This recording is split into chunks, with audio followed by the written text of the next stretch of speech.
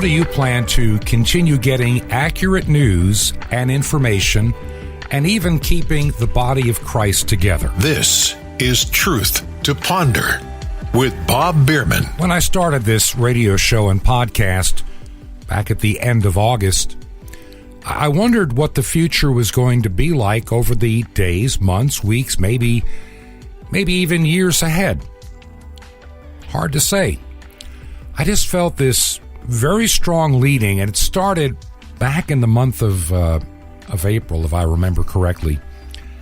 I was working in emergency management, and suddenly the alarm bell went off inside saying, you're dealing with something that's going to be used. And it's going to be used in such a way to be detrimental to basically people's freedom. I couldn't put my finger on it at the time. Now, let's go back in time together to the beginning of the worldwide pandemic. It was a year ago. I'm thinking literally a year ago now that I had first heard about the seriousness that this might, we weren't sure, but this could be. And I had a former employer of mine, good friend, asked me if I would consider coming out of retirement and helping in a large county and city's response to this pandemic. Once again, I'd been trained in emergency management, did that for a while in my career, and kind of before I retired. It was a unique experience, and I always wondered why God ever opened that door to do that kind of work. I mean, it really wasn't what I had done all my life. I've been a radio announcer. I'd been a broadcast engineer. And then while working for years with a Christian college, I took the time and did the work and ended up in ministry, which is where I thought I'd spend the rest of my life, just being a church pastor. I thought I'd finally get away from the radio business. But that didn't happen either. But why emergency management? Because if I really hadn't done that work, and I'm looking back now, we talk a lot on this program about those little decisions you make that make a huge impact down the road. It changes your trajectory entirely. I mean, look, when I first went to a little town in 1975 called Toccoa, Georgia, to apply for a job, and, I didn't know anybody there, never been there in my life, didn't even know the city existed. I knew some of the towns across the line in South Carolina, but I'd never really spent any time in Georgia. And I made that little trip because somebody said, hey, I think there's a job opening. Let me call to see if it's still open. Had that person not made that phone call and found out there was and gave me directions how to drive the 40 minutes south to get to Toccoa, Georgia, I never would have gone there. I mean, what reason would have I ever had to go visit little Toccoa, Georgia? This is long before the internet and job postings and things I would have found in the normal realm. But I made that trip, had my first interview, was told to head out to lunch, and they said how I could find all the fast food places on the main highway. And they said, and if you want to try something a little local, you can always go downtown. There are a few restaurants.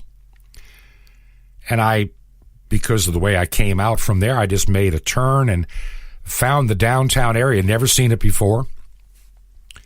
I was looking for a specific restaurant they mentioned, but I couldn't find it, and I saw the word luncheonette counter on a drugstore window. I was hungry, so I went in there. That's where I met the lady that I married not that many months later. That one little everything. Going to visit one guy, made the phone call, from the phone call to the interview to lunch. That set up my entire family for many years. Just that one phone call. And so when you look back over your life, there are a lot of experiences and things we go through. Sometimes we don't understand why, but oftentimes there is a purpose. And that's how I look at my time in emergency management. It's not something that I looked for. It kind of found me because of a few people that I knew. And it was just at a time in my life when I needed something to do for a little while. I didn't think I'd hold that job forever, but I stayed a little longer than I planned. And I got hired primarily to build a website and deal with media. And it grew into planning and learning and understanding the operations of emergency management and how we respond, what our role is, the things that local government is really supposed to be doing. And I enjoyed my time. And I learned a lot I never would have understood or believed without doing the work that I did. Understanding threat assessment in terms of weather, environment.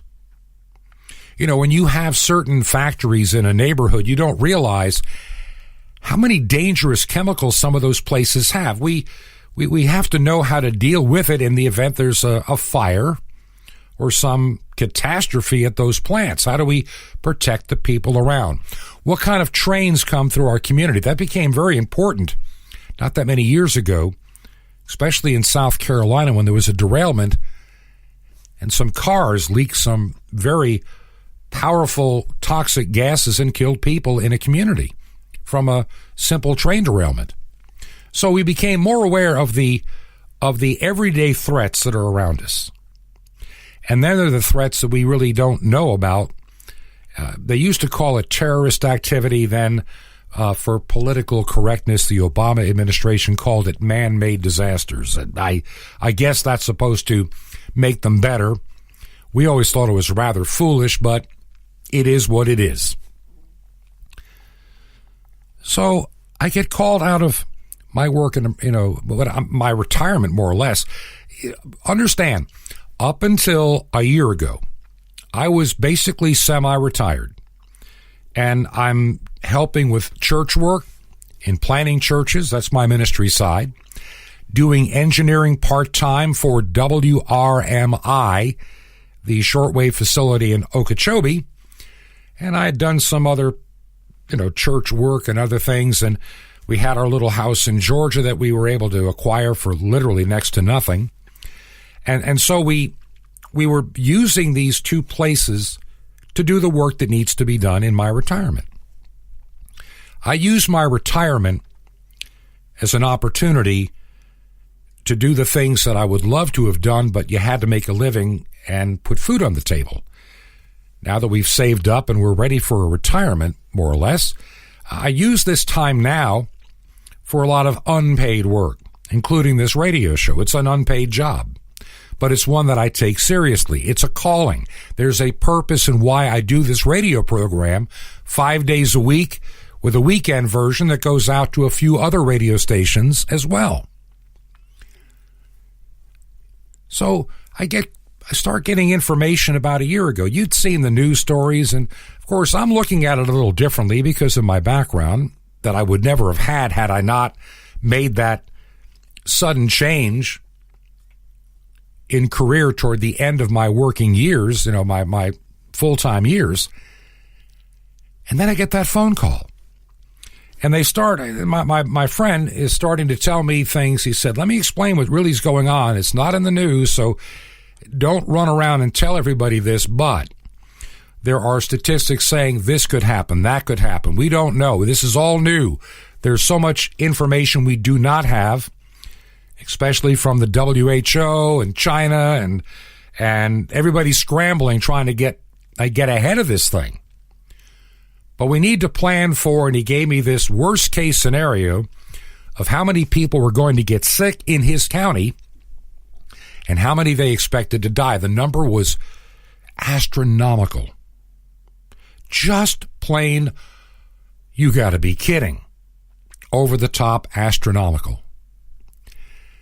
And I debated it, and I said, yeah, I'll come up and help the best that I can. And so I left with all the good intentions that anybody that had ever done, coming after somebody's house had been hit by a tornado or a flood, we're dealing with a disaster or a potential disaster. Our job now is to help mitigate and prepare for the worst. So I took the job. And so I get there, end of February. I remember the week or so before, and I've shared the message. I'm not going to do it on this program today. The fear not sermon that I preached right before I left. The Lord just laid on my heart to say, fear not. Fear not. And I tossed away a sermon I was going to preach, and I preached that instead. And then I got to the job site about 10 days later, and then we're beginning to prepare for this unbelievable onslaught of sickness and people dying.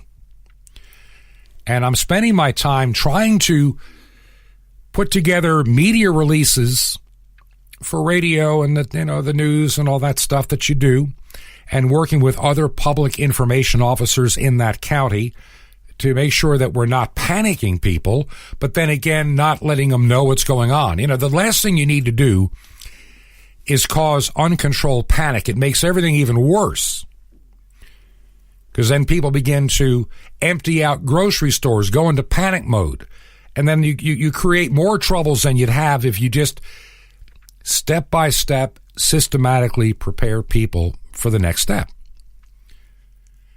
And so, with all good intentions, that's what I did for, the month of March. And then we start getting, even before you ever heard the term, 15 days to flatten the curve, before you ever heard that term, for about 10 days, we're already discussing it. It's already coming out from various think tanks and the CDC and others saying, we need to do this and we need to lock down. We need to get people to social distance. We need to do all these things. Wash your hands. Take the Lysol to all your countertops. I mean, we didn't know. We're just jumping into everything to stop this thing.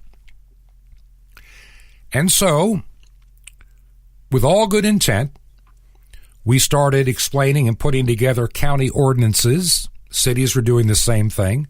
States were making suggestions or requirements depending on what state you lived in.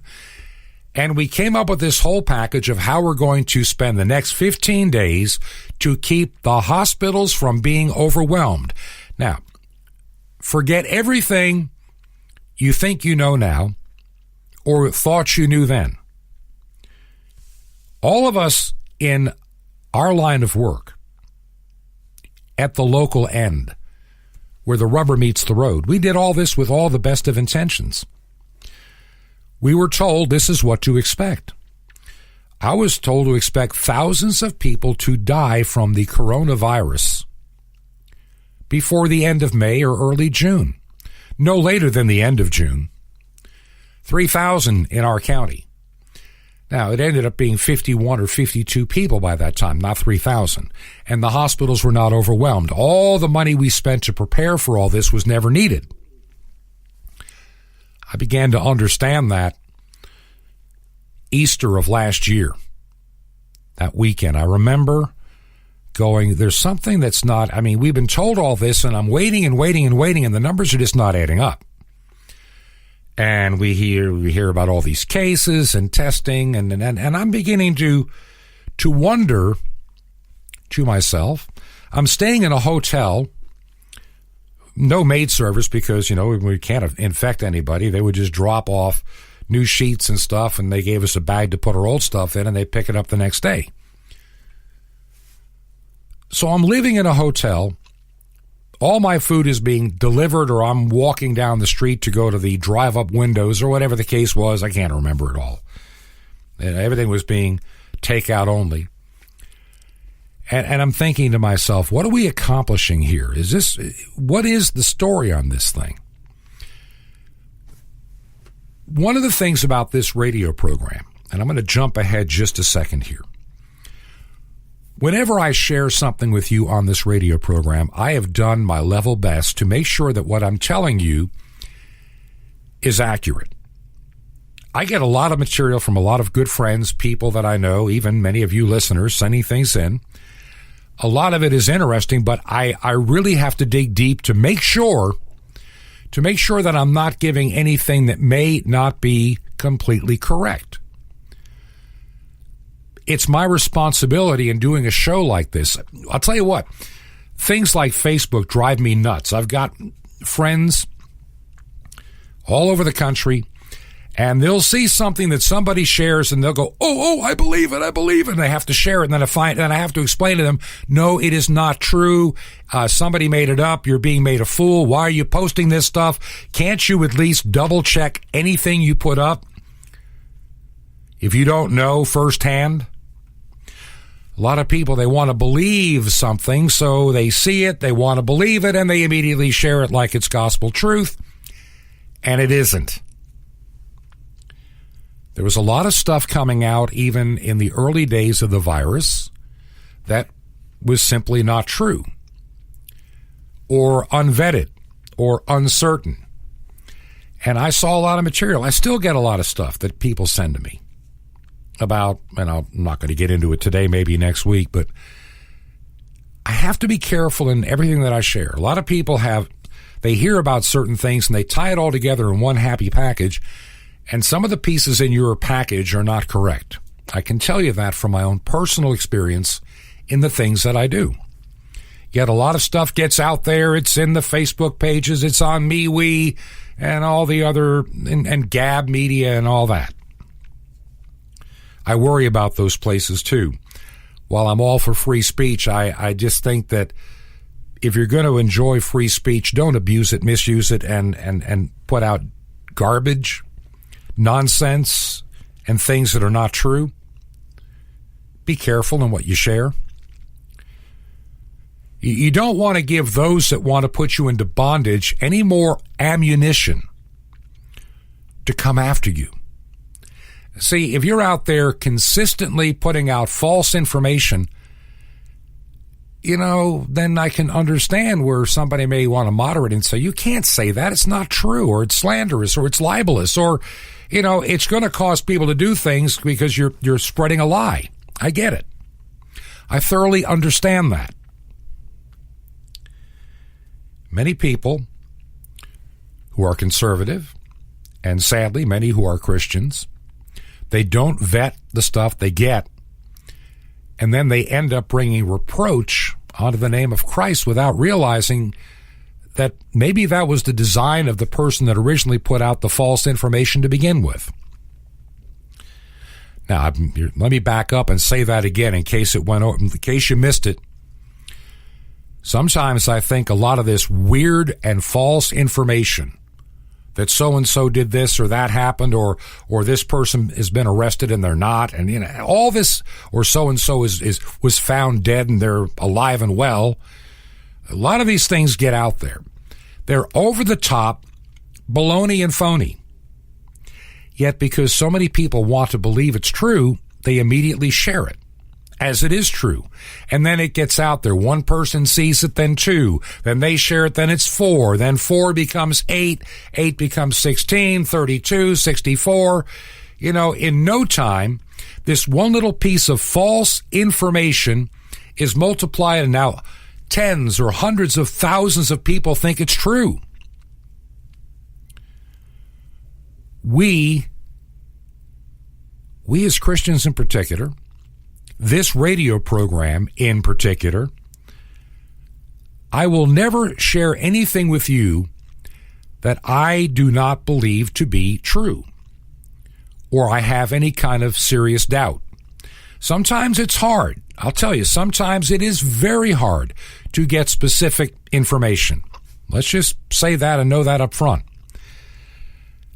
And I'm also very cautious. I may wait a day or 2 or 3 before I share something that I think might be true until I can get enough corroborating information to, at least not deny it.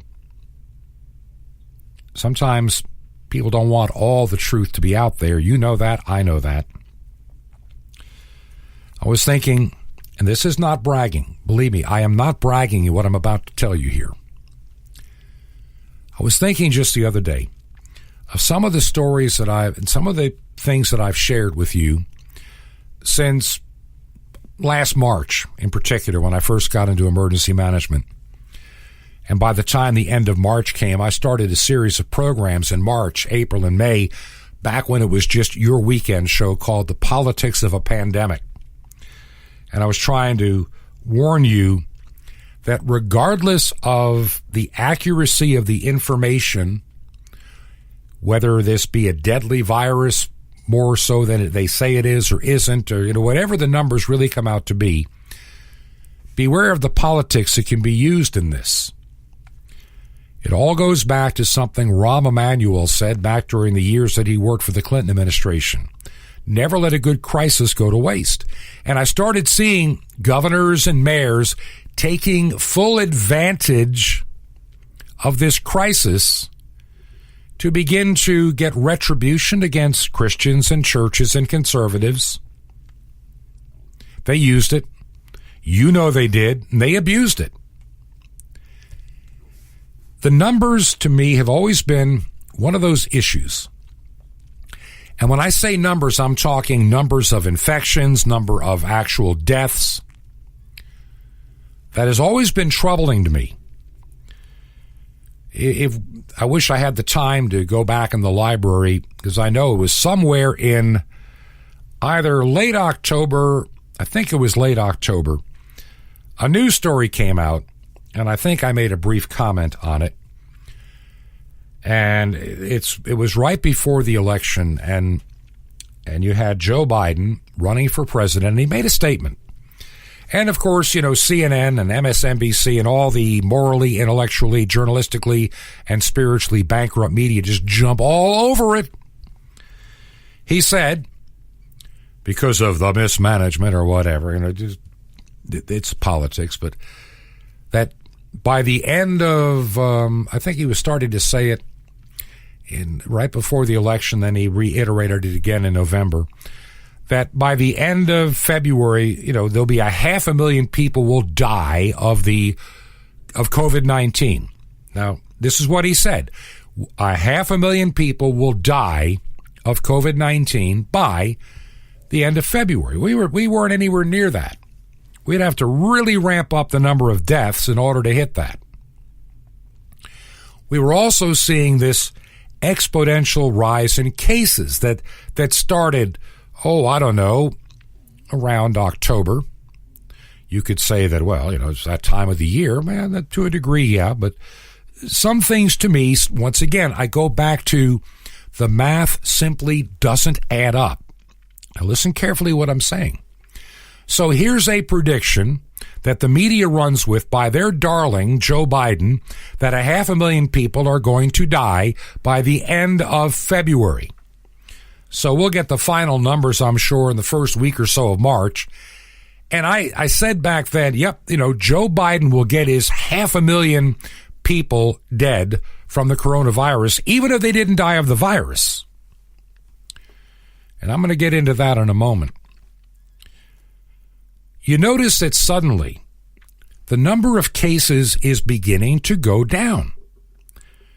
I mean, the number of cases is going down. Most of your media sources will not tell you why. They just say, well, Biden's in office and the case numbers are going down.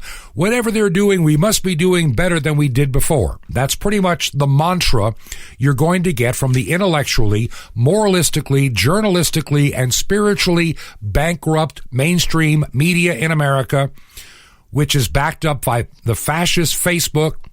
I mean, they are fascist. They are government entities. They are among the wealthy billionaire elites, including Jack Dorsey of Twitter.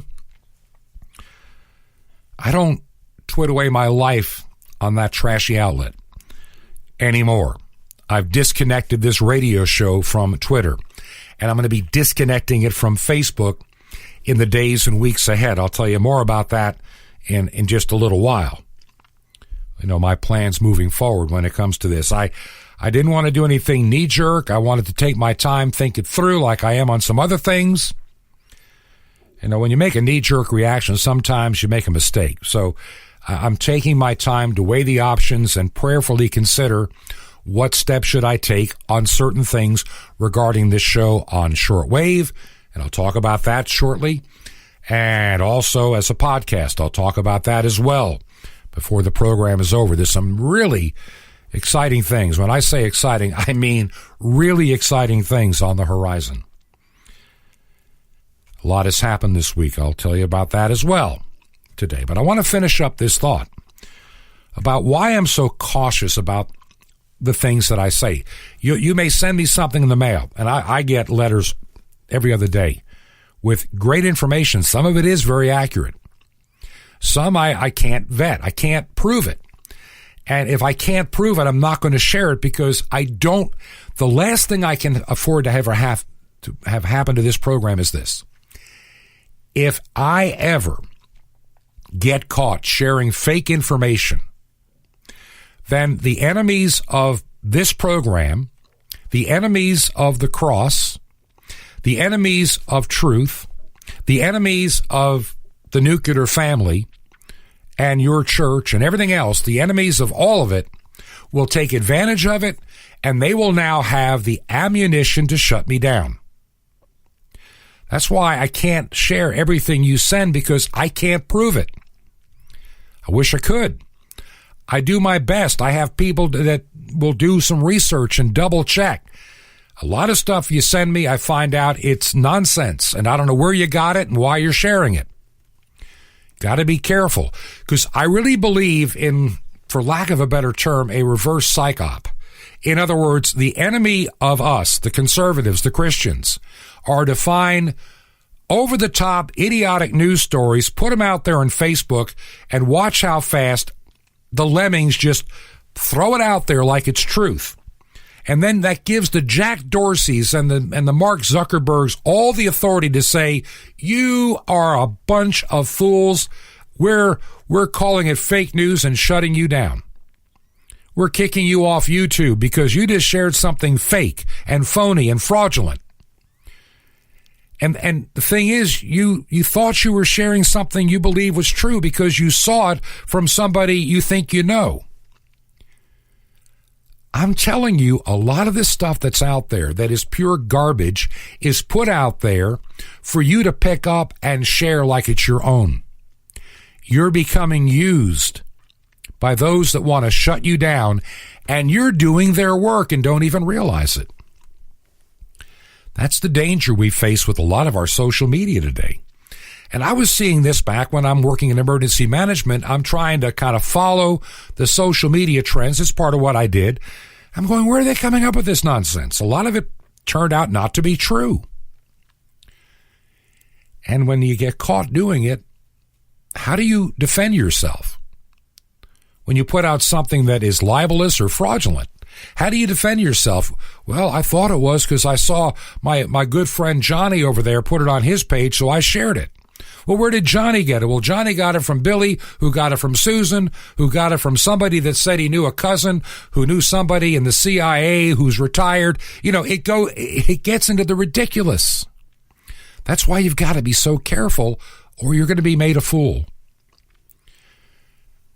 I looked over the track record. I was sharing a little bit of an email exchange the other night with Dr. Gales, who's been on the program yesterday and a couple of days this week.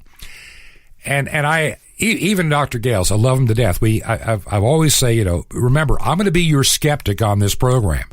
It's my job to double and triple and quadruple check so we don't fall into that trap of some of the misinformation that gets out there. And there's some programs I'll do in the future. There's some theories out there that a lot of you are subscribing to that I can tell you, wow, you're about to be made a fool. Be very careful. It's like I always worried about QAnon and all that stuff. All these great promises and all the days would come and go and nothing was happening. And I'm thinking, man, I think QAnon is part of a reverse psyop. In other words, getting everybody to become fools by passing along this stuff. Honestly, I don't think Bill Barr did us right. I think that he's part of the swamp too, sadly. And then a lot of people saying, yeah, he got his money out of Dominion voting. No, he didn't. He got his money out of Dominion Energy. No relationship. But people immediately shared the Dominion. Oh, yeah, it has to be. That's where you got to be careful not to allow yourself to be a pawn in a deadly international game. And that's what we're up against. That's what I want to talk about shortly. How we're going to stay connected, how we're going to keep information flowing, and how we're going to keep our information pure. We're coming into a time. I can't emphasize this enough. We're coming into a time of extreme. I'm not going to be bold enough to try to pretend I'm a prophet of God and say this is the Great Tribulation. I'm not going to do that. I'll let the fools do that who keep falling on their face. I got one guy, real quick. I got one guy, I'm still on the email list. He fraudulently made a bunch of claims back in August, September, October about the election and how it's going to turn and how it's going to turn around again. And over, the dates come and go, and he missed it. And now they're going to try to do some kind of Pray for America campaign and send us more money. I'm sorry. There are two groups I'm not sending any money to right now. The Republican Party, number one, because they failed, and especially when I look at the 6 senator idiots that are just, they're swamp rhinos, for crying out loud. You cannot have an impeachment of an American citizen. It doesn't exist.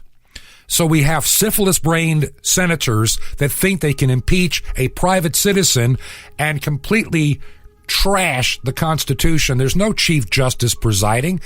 They're bringing in evidence that no court, not even the smallest little county court in America, would ever allow in. It's a fascist farce run by fools. A fascist farce of fools. We have to find a way to have truth. We need to be prepared because all of this is going to be used very, very soon. And it's funny, as we come to these really difficult times, God is opening up many doors. One last thought before the break. I've been talking to a lot of friends, some I haven't talked to in a long time. And they'll say, Bob, and some of these people don't even get a chance to ever listen to this radio show. Just because of where they're at, they're not shortwave listeners, they don't do the podcast kind of stuff. I understand not everybody's going to carve out an hour a day to listen to this radio program. I get it. But some people, many of you do. I want to thank you for that. So, had this guy I hadn't talked to in a while. And I know him well. And I don't talk much about the radio program. He just happens to know that I do one. And he keeps saying he promises I'm going to listen one day. But I understand all that he does. He said, I'm feeling this voice inside saying that I need to start preparing for some difficult times, and I don't understand what I'm preparing for. One guy said, I think I want to move to a different place to be among fellow believers and away from a big city. I mean, I'm getting all of this feedback, and this is from people that don't even fully know what I'm doing on this radio show. I'm going to talk about the proactive stuff. You need to know stuff right after we take this break. This is Truth to Ponder with Bob Bierman. The salvation sign coming up.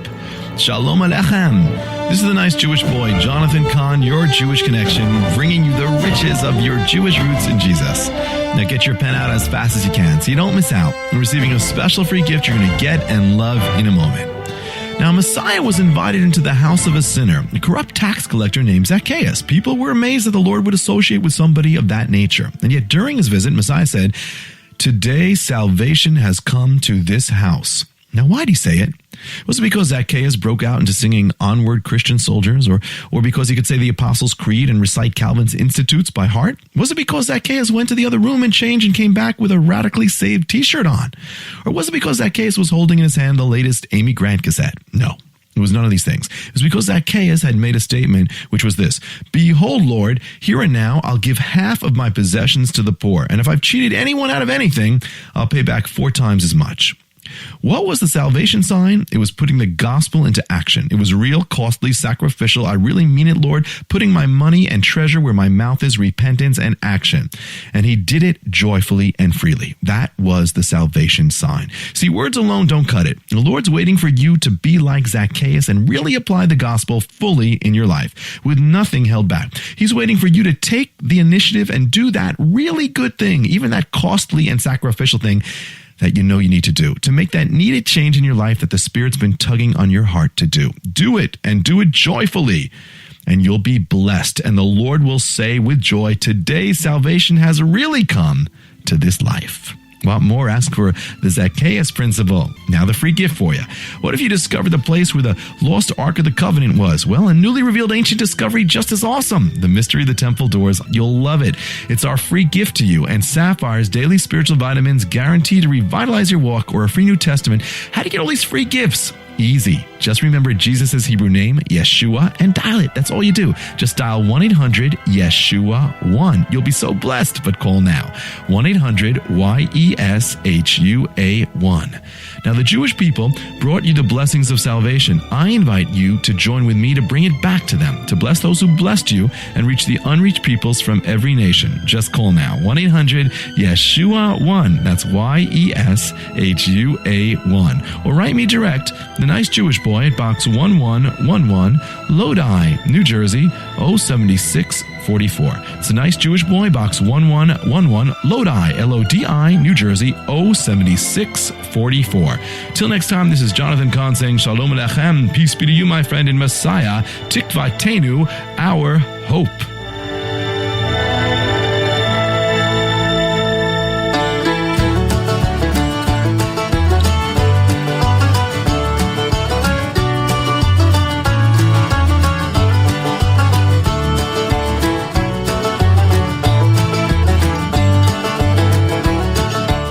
This is Truth to Ponder with Bob Bierman. I want to welcome you back to the Friday and weekend edition of Truth to Ponder.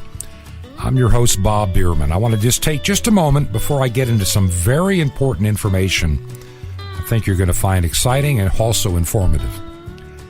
I want to thank all of those. There are people all over that are supporting this ministry so I can afford to buy the shortwave airtime. And even a few people are actually making small but very helpful contributions via Anchor, the podcast site, where you can say that I'll give $4.99 a month. You know, right now, podcasting is relatively inexpensive, but I'm going to be making some changes there. I'll talk about that in just a moment. I'm really coming to a meeting of the mind, so to speak, on how to deal with podcasting and moving forward, and being prepared for being deplatformed at times, too. So these are things that have got to be considered. Shortwave airtime, currently we're on WRMI. We're on at 5 and 6 p.m. Eastern time on the frequencies of 5950 at 5 and 9395 at 6. Now, this time of the year can get iffy between the frequencies, I know. And I'm trying to find a more consistent time. It's just not easy to do at WRMI, even with all their transmitters and coverage and everything. And I do engineering for them, too. I pay for the airtime at RMI, just so you know. I buy my own airtime. And when I work there, they get to pay me some of the money back. But that's just kind of, it's strange. But I do it because I love the business. And there's not many people that do this anymore. I'm going to get to that in just a moment. Your support of this program, like I say, we're also on KVOH out of Los Angeles, 9975. And I really need to know, this is where I've made an investment out of my own pocket for 2 months in a row. And honestly, I'm not getting any feedback. And so maybe you are listening. I just need to know. Am I wasting my time or effort to put it there? Hate to be so blunt, but I need to hear. We're now, 6 weeks in, 7 weeks on KVOH. And I really need to know if you're there, because it's not inexpensive. And I'm going to have to dig into savings one more time if I decide to go one more month. And so I just need to know. And if you're listening on WRMI, let me know. Some people have suggested some other radio stations like WINB, and I think they're up in Pennsylvania. I'm not sure if their coverage would be helpful. They do have some time available. The price is not too bad. And I got to consider that. Others have talked about WBCQ out of Maine. I don't know. There's the old WRNO, and trying to get people to contact me back. But there's also some other opportunities, and I'll mention that in just a moment. Now, if you want to help this, you can go to the website. We haven't been deplatformed there for support, and I try to keep it low enough profile where I'm not making a whole lot of noise at the moment. And you can help there any way you can. I don't pay myself, just so you understand. I do not pay myself to do this program, and I don't pay anybody else. I make nothing, but what monies come in goes strictly to cover the cost of airtime and maybe a little bit of one of the podcasting fees that may change soon. So, and that's not much. That's really only been about $10 or $15 a month, maybe a little bit more. It's not much. I can more than handle it. But I need to decide how to be a good steward of what God has given me through you, his people. And I want to make sure that I'm getting the kind of coverage that we truly need to have. And if you can help, our mailing address is 21 Berkshire, Berkshire, 21 Berkshire Lane, number 263. That's kind of important up here. Even though that is a physical mailing address for us, the number 263, if it's regular U.S. mail, they like to put it into a little box, in the middle of the complex. So they really asked to add that 263. It makes her life a lot easier. And we are in a city called Sky Valley. 2 words, Sky Valley. The state is Georgia. The zip code is 30537. Once again, 21 Berkshire, Berkshire Lane, number 263, Sky Valley, Georgia, 30537. Hard to believe that we're going to have the 28th of the month, the end of the month is going to come up in, about 2 weeks? Something like that, 2.5 weeks. So we just kind of need to know what we're doing and where to invest. When I started the program today, I talked about staying connected, getting news out there, keeping informed. Podcasting is not a bad thing, and I know a lot of you. I don't really get into all the numbers, but because some of these get pushed out through third parties as well, so it goes beyond what even I know. But I know that a lot of you are listening as a podcast, and I'm surprised. You would think that I would have most of my audience in the United States. Well, I do, but barely. Canada, Australia, and other nations, the podcast is growing because, once again, all of us, regardless of our nations, in the Western world, we're facing the same things.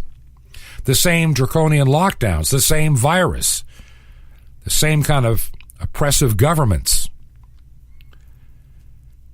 I mentioned, I think it was on yesterday's program, I saw that article out of France where some of these politicians were just angry. How dare a Christian not sign a piece of paper saying that the law of France is greater than the law of God? I mean, literally, that's what they couldn't understand, why this Christian group cannot sign a document saying the laws of France are greater than the laws of God. Now, you can say, well, that's just France. Well, that'll become Germany, become England, become Canada, and become the United States just as quick as same-sex marriage did. It's on the way. It already is on the way in some states. It already's there.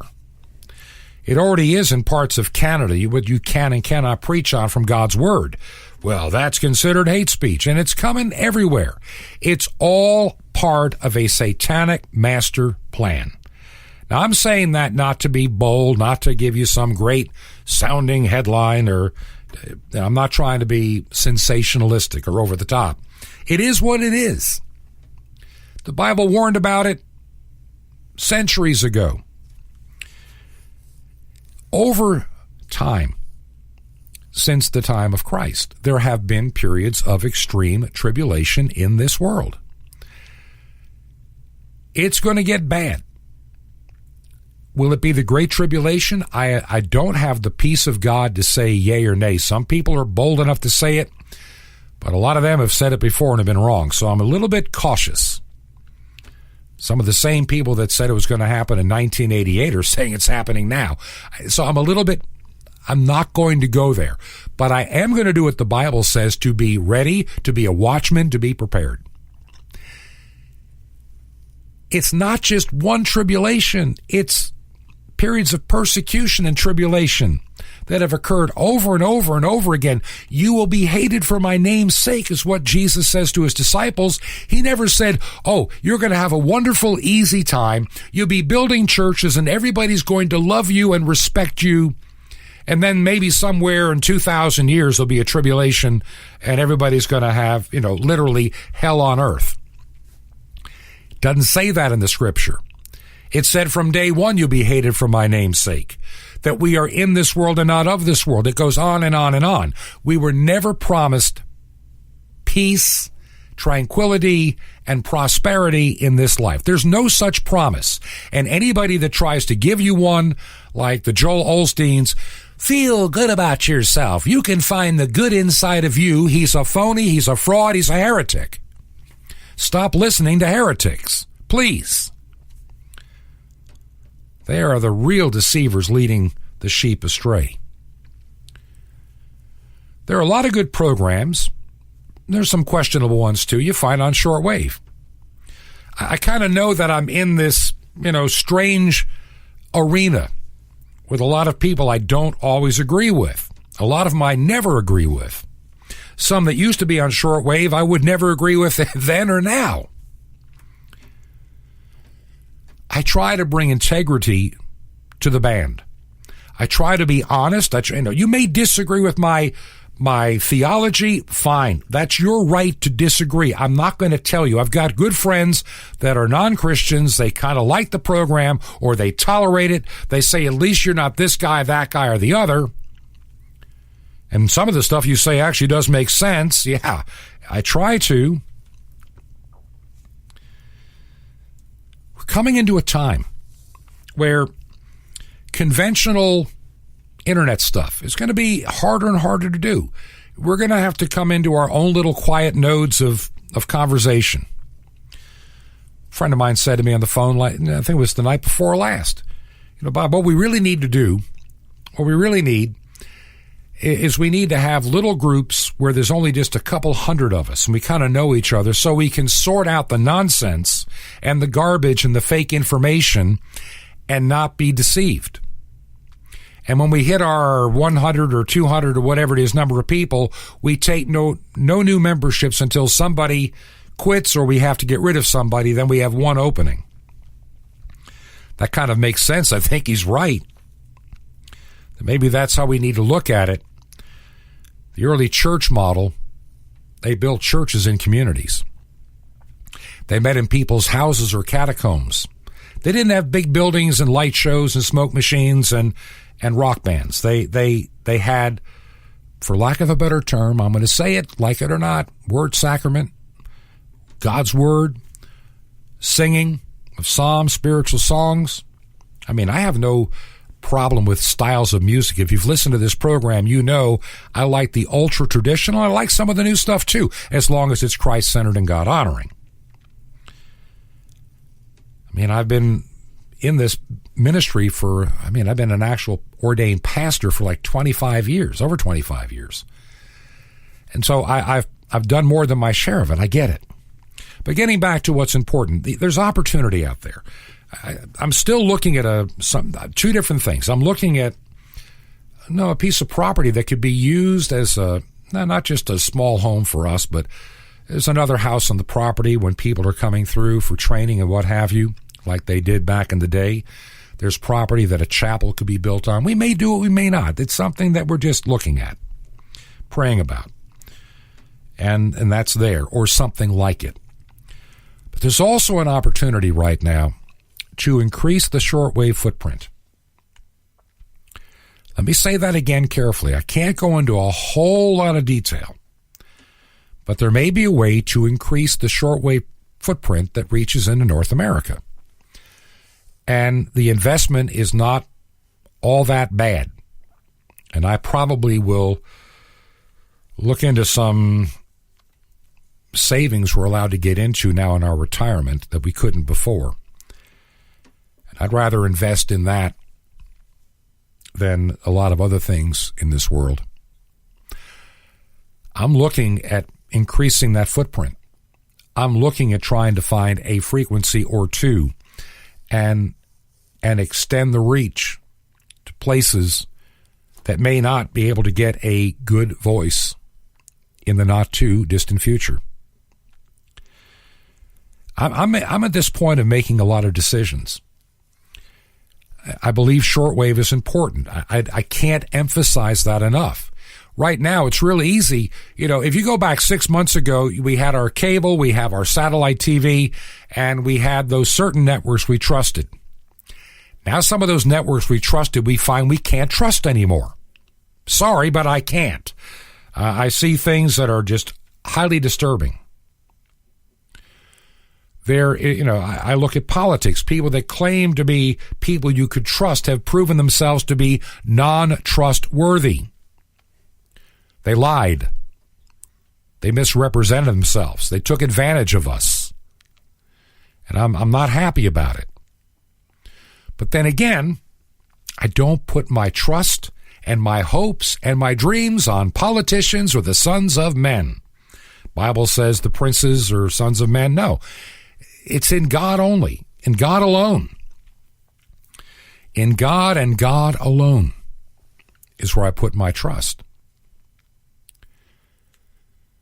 Little radio stations are going to need some help in programming. I think that some of these small little voices out there that are not in the big city, I think there's going to be a lot of ways of reaching people. I remember working for a guy that said he thought he heard of the Lord this word to do this, and then he probably did, but he decided not to follow through. I think that a lot of these little tiny FMs and maybe a little AM here and there are going to be more than just the local place for getting news. It might be the place where Christians in small towns where the big cities never hear, don't care, we get to still communicate. Shortwave fills in the gaps. And then we're going to find a bunch of, little sites to have a program like this. I may not have 1 million people follow me on a podcast. I may not be like Dan Bongino or Alan Dershowitz. They're doing podcasts now, and I'm sure they got their hundreds of thousands. And poor little Bob Bierman here is going to get his, 50 to 250. But then if we can raise up more like me to do the same thing, in time we can reach a lot of people. One platform I'm using, I just want to kind of put an announcement out there now that I may pull the plug on in the not too distant future. Currently, I'm using 2 different sites for the podcast. One of the sites I've got to pay money for each month for them to archive. The other one, it's like next to nothing. And the irony is the one that I'm paying for has 1/4 the results of the other one in terms of people listening and downloading. The one that I'm having the most grief with is Spreaker, SP, like speaker with an R and like Spreaker instead of speaker. I've been using that platform since the beginning of your weekend show. It's like 6 years ago. And lately, it's just, I can't believe how it's just only a handful of people that are on that platform, and the rest are elsewhere. So I may move everything to Anchor, then add another one. Even if I have to pay for one, I want one where I have more control, or I need to find server space. Maybe I can come up with a way to host 2 or 3 or 4 other various podcasts that we need to have, but even some short form stuff. Maybe there's a way we can do that. Those are things I'm praying about and looking at to keep us connected. Maybe you should be doing a podcast. Maybe you thought about it, but you don't even know where to start. Contact me. I'm not going to charge you anything to help you, to talk to you. My job right now is to facilitate all of us that are being called to do this work in a fast approaching difficult time. You can't tell me we can borrow trillions of dollars and not have an economic crisis on our hands in short order. You can't tell me that becoming energy dependent upon the world is going to keep our gas prices low and energy prices low. You can't tell me that raising the cost of fuel is going to keep our food prices reasonable. We're about to come into a time of inflation. We're about to come into a time of difficulty. We're about to come into a lot of grief if we're not careful, if we're unprepared. So I'm going to ask you the question. Are you ready for what's about to take place? Do you believe that we need more voices out there? Do you stand with what I'm trying to do here? Do you need to be a part of this?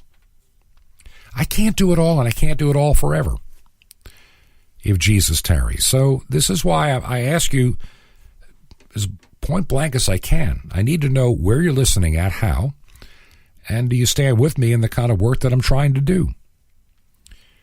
If you believe in what's going on here, if you believe in it, go to the website, which is truth2ponder.com, truth2ponder.com.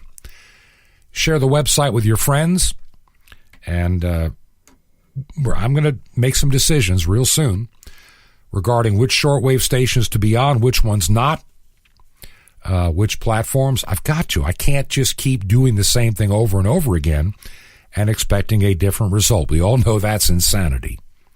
But I know that I'm willing to give certain things time to produce. I'm not going to pull the plug too quick. I'm going to give it time. But when it's not there, then, prayerfully, the voice is saying, be prepared to move things around. Be prepared to move yourself around. Be prepared to provide more than just this service to other people. How do you feel about it? What are your thoughts? Will you let me know? I'm proud of the work that we've done. We told you last year that with the change in the CDC to look for the death numbers of coronavirus to go higher, even though they probably are not. We told you the PCR test was not trustworthy. Even the inventor had said as such. And now magically all the news agencies are saying, it's just funny that when Biden was inaugurated, they changed the standard for counting cases, and suddenly the case numbers are coming down. And of course, then next they'll get serious about counting real COVID deaths. Like, instead of read a story, a guy that had tested positive for the coronavirus died at age 67. It turns out he had lung cancer, had had it for over 2 years, and only had about 2.5 years to live. And did he really die of this or not? There's been a lot of that going on. 20 some odd symptoms. It could be anything, and you can assume it a COVID death. So is it the death numbers? Will Biden get his 500,000? Yeah. Will they really all have been from this virus? No. You know it and I know it. Don't allow yourself to be deceived any longer. You have been deceived. And we try to talk about that. It's not that that's the only topic to talk about. I'm concerned about the vaccine. We'll probably talk about it a little bit next week. I'm concerned about big banks, wanting to know where you give your money.